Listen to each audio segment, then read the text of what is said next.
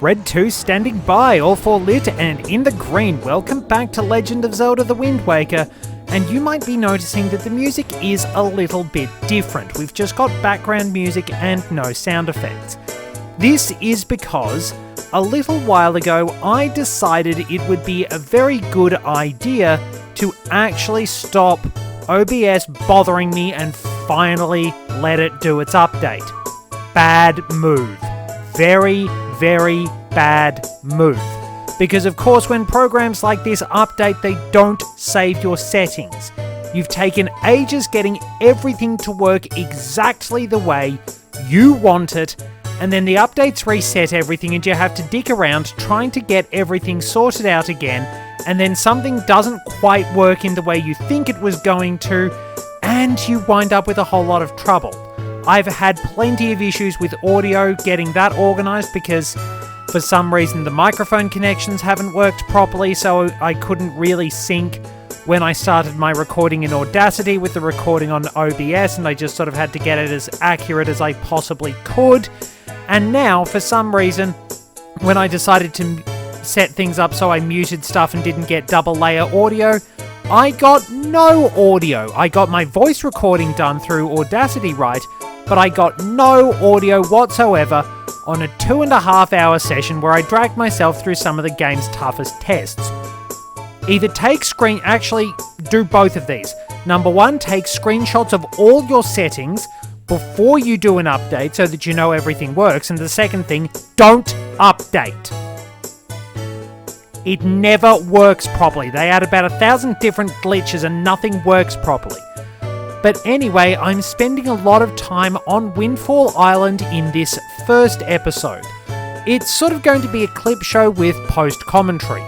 And the first thing we're doing is actually setting in motion the steps to get the deluxe Picto box, which for the most part you can do when you're first on the island. And I really recommend that you do it. Our first assignment, which I did mention, was to stake out the post box and take a pictograph of somebody sending unrequited love letters. The person in question is Garrickson. He wears red overalls, a white shirt, and has black hair and a little moustache. He'll eventually wander along. You'll need a shot of his face. There'll be a little bit of stakeout, but once you get the pictograph of him, take it back to Lenzo and he should, if you've got it right, compliment you on your pictography skills. You'll need to get the framing of the picture just right, but once you get a photo of Garrickson, you will be able to move on to the second part of the quest. Next up, we're looking for the town's most cowardly individual, who we will find in the bar. This is Gosak. He's a somewhat older man wearing slightly drab-looking clothes. He's got grey hair, has gone bald, and has a fairly large nose. You'll recognise him when you see him. He's usually the only patron in the bar besides the actual barkeeper, whose name I believe is Jillian. Why did the fishman have a relationship with her, I wonder? Anyway, roll into the wall, and Gosak will start shaking nervously. Get a photo of him while he's shaking and bring it back to Lenzo. Lenzo will comment on this because he really wants to help him find some courage. Lenzo might be poking his nose into people's businesses, but I think he does have a pretty good heart deep down and does want the best for people. The last of the assignments we take on while on Windfall Island for the first time, or whenever you feel like getting around to it, will be snapping a photo of Anton and Linda when they sneak a glance at each other. You will have to wait a fair bit in order to get this one, but when the time is right you'll be able to get the photo pretty easily if you stand pretty much opposite where Linda is. She's the young lady with the orangey yellow dress. She's Sue Bell's best friend as well. Anton is the fellow who walks about town wearing the striped shirt. If you manage to take a photo of them while they're sneaking a glance at each other, you can take the pictograph back to Lenzo and he'll comment on it. It's entirely possible he actually does do something with that, because they'll start to realise that, well, Anton and Linda will realise that they really do have something for each other and they should act on it. You can actually talk to Linda and get a pictograph of her and then give it to Anton, and Anton will pluck up the courage to ask her out. If you wait for a little while, You can actually find them at the Windfall Island bar. You will have to do this after you come back because there's no way to make time pass otherwise. And you'll get a heart piece out of it, which is really, really nice.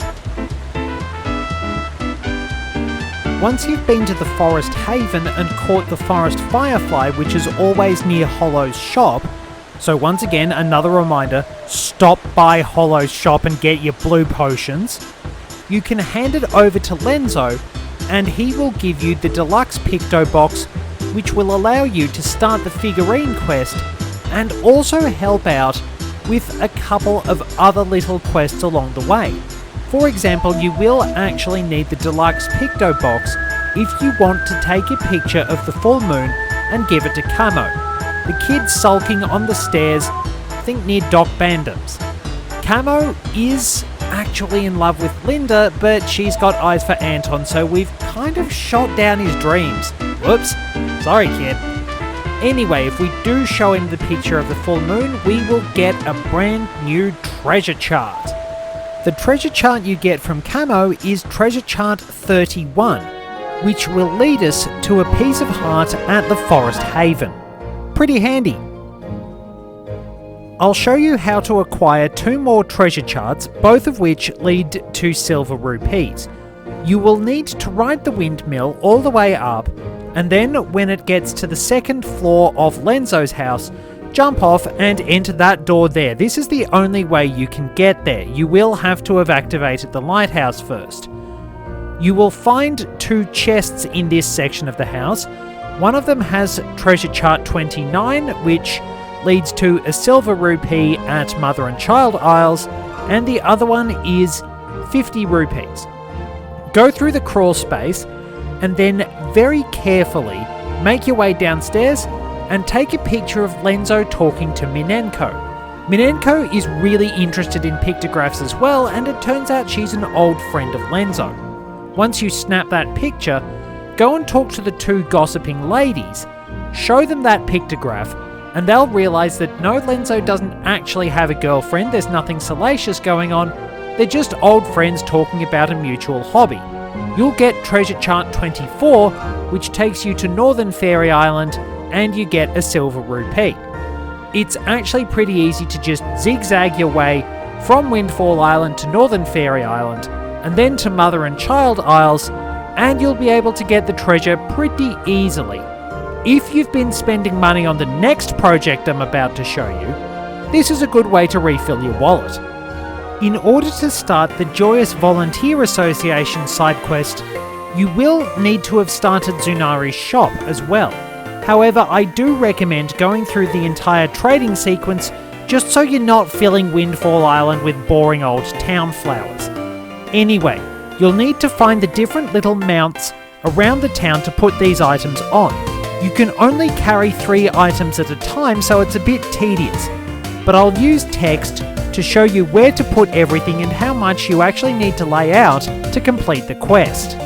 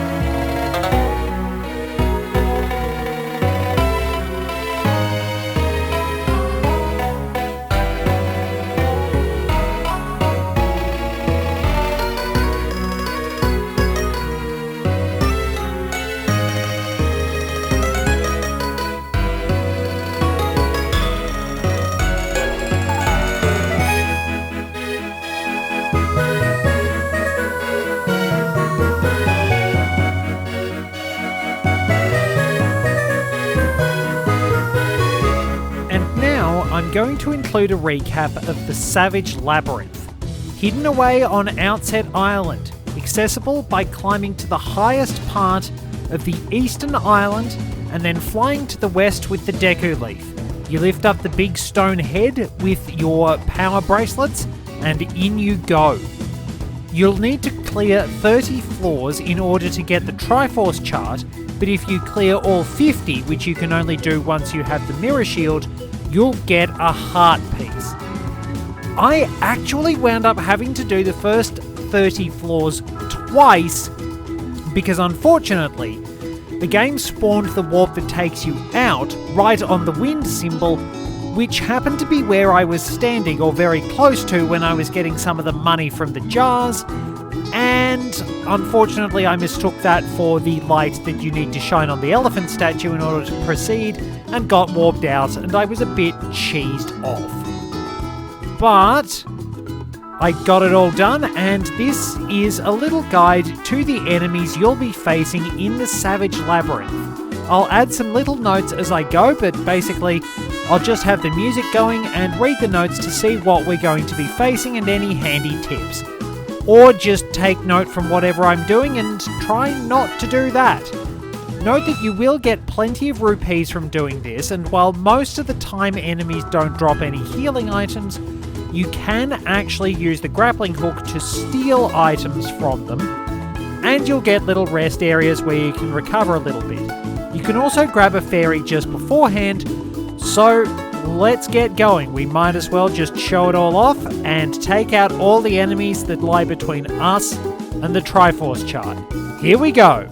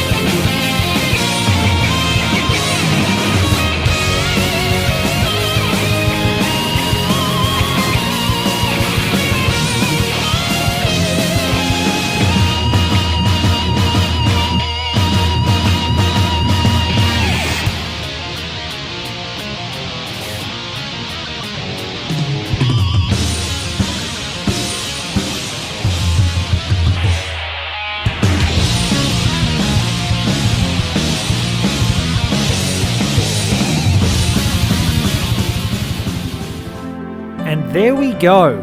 After 45 floors of mayhem, with the 5 rest area floors essentially, we have made it to the bottom, and we've acquired the heart piece after, well, it was actually 80 floors because I had to do the first 30 twice. Thank you very much for joining me. Till next time, this is Red 2 returning to base.